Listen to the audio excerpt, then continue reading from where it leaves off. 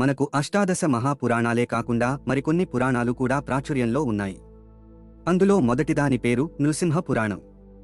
దీనిని శ్వేతవరాహ కల్పంలో బ్రహ్మ మరీచికి బోధించగా, ఆ తర్వాత మరీచి ద్వారా కశ్యపునికి, కశ్యపుని ద్వారా వ్యాసునికి, చివరిగా వ్యాసుని ద్వారా సూత మహర్షికి బోధించబడింది.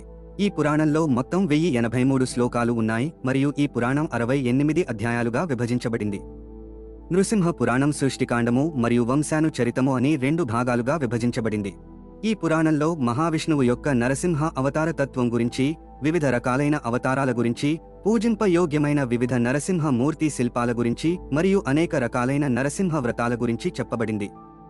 ఈ పురాణంలో నరసింహ స్వామి యొక్క నరసింహాష్టమి గురించి, నరసింహ ద్వాదశి వ్రతం గురించి, నరసింహ త్రయోదశి వ్రతం గురించి మరియు నరసింహ చతుర్దశి వ్రతం గురించి చెప్పబడింది. అంతేకాక అస్త్రాలలో ఎంతో శక్తివంతమైన నరసింహ అస్త్రం గురించి కూడా ఈ పురాణంలో చెప్పబడింది. ఇలాంటి మరిన్ని వీడియోల కోసం మా ఛానల్ను సబ్స్క్రైబ్ చేసుకోండి.